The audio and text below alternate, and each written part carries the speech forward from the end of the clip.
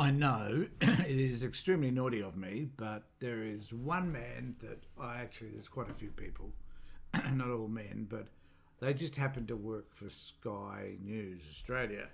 And there's plenty, I guess, in the US and probably a few in Britain I could probably choose to dislike if I chose to as well. But there's one particular guy that just irritates the daylights out of me. And primarily it's because he is such a child.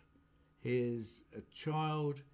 I'll try to avoid disgusting, despicable names to call people, but he's just not, well, I don't wish to be too judgmental, but in my view, he's not very bright.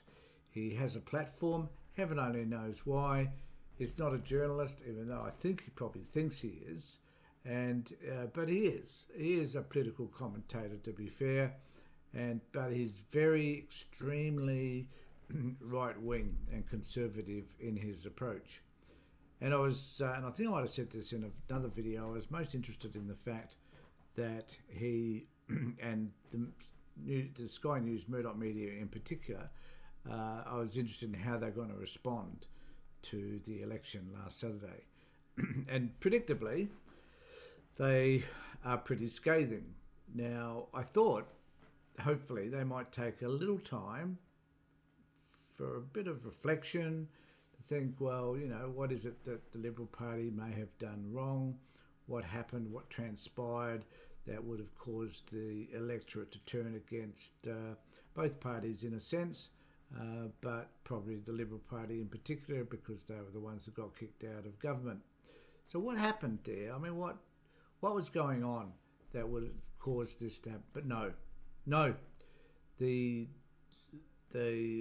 conservative right has chosen to head into full-bore attack from day one. So Private Anthony Albanese hasn't even sworn in his whole cabinet yet, and already they're all being attacked by the right wing of Sky News. Now, the interesting thing to me is that Sky News clearly didn't have any influence in this election, or otherwise we'd have the Liberal Party back in power. So they have discovered that they are quite powerless. And because of that, they are trying to reassert this lost power that they once thought that they may have had. Now, I don't know how I'm going to do that, because the lesson that can be learnt is that no matter how stupid you are, the populace generally will either recognise that you're a moron, choose not to watch you, or regardless of what they hear, choose to vote according to their own conscience, which actually is what happened on this occasion. So you are completely useless, you are powerless. But what fascinates me is that these people are paid hundreds of thousands of dollars to offer these sort of comments and to exert their influence on us, I guess. Now, I only watch them because they happen to be on YouTube, even though I do have access to Sky News. But primarily I watch them on YouTube because they're just little snippets of their disgusting behaviour. And so I thought I'd just play a little bit of Paul Murray's comments, and we will analyse it.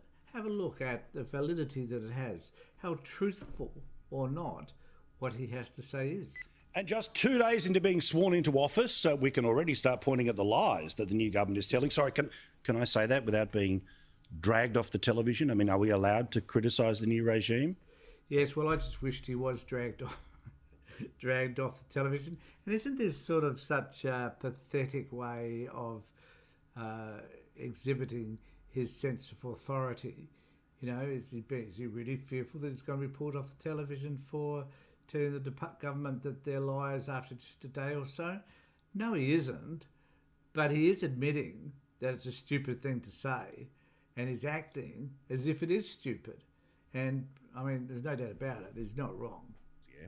Now, as you know, going into the election, I told you, and they themselves promised bigger deficits, which means higher debt. That's what they promised before the election. Remember, there was an announcement last week. Jim Chalmers even kind of owned the idea. Sure, yeah, we're going to spend every dollar the old mob did, plus billions more. And now for the coming year, I think it's $715 billion or so. And so that gives you a sense of the change in debt levels under this government. Now, Now, what interests me here is that they're raising an issue because there's nothing new. So they're raising an issue about this government's tendered debt, proposed debt, compared to the Liberal Party. And it's a non-issue. I mean, this issue's been voted on in effect. So why in the heck are you raising it again? Well, they're raising it again simply because they've got nothing else to say. And they're morons. So they're going to spend every dollar plus more, but not have any increase in income, which means the debt gets bigger.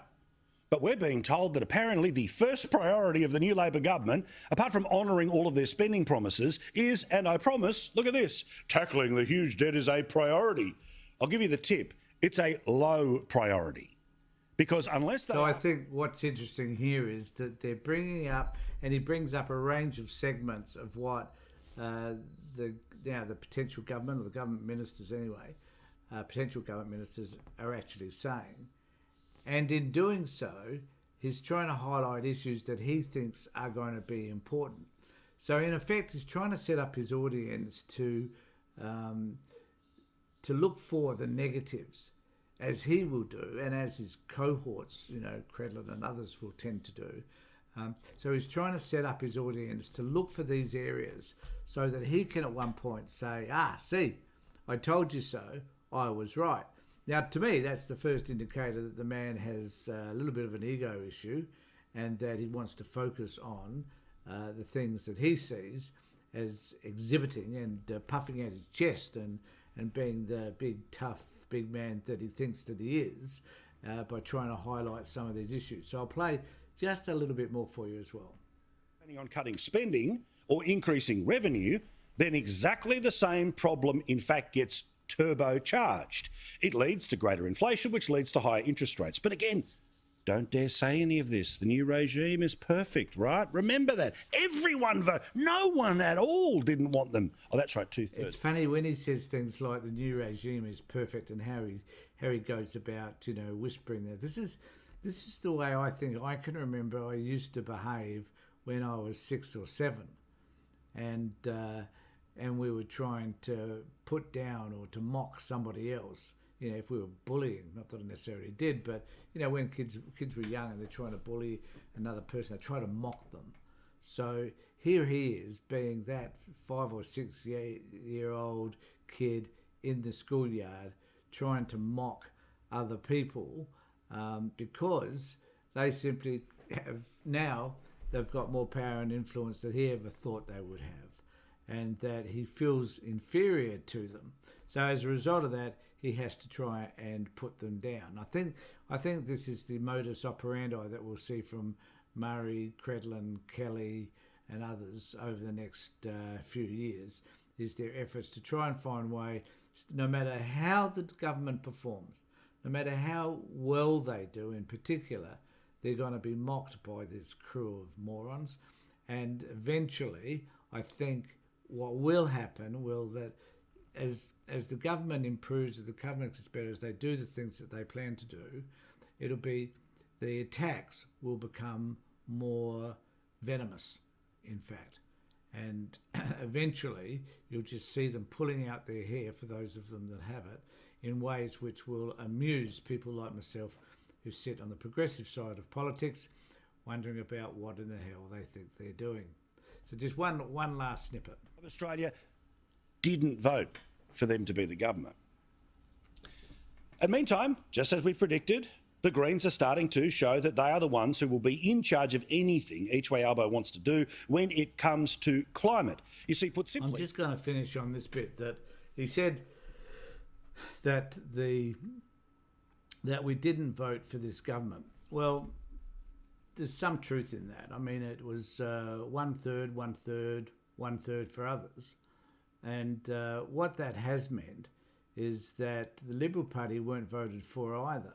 It's just that with our preferential system, those people that didn't want the Liberal Party there and chose another party and they didn't get enough votes, at least the second and third votes came into play, which meant that the majority of people, either way, under the preferential system, wanted to have a Labor government. It is true that if we had a first past the post system, probably we would have a Liberal government today.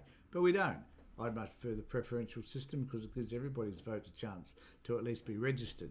So he's complaining that the Labor Party only had a third. He forgets somehow, conveniently, that the Liberal Party also had only a third of the vote.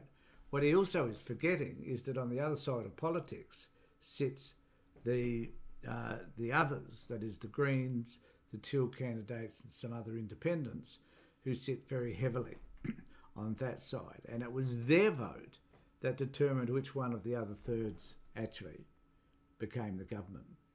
So the man is completely misinformed. He's an embarrassment to us all, and I'm looking forward to watching more of his videos over time so that I can pick them apart as need be. So thanks everybody, take care, look after yourselves, and more importantly, be safe.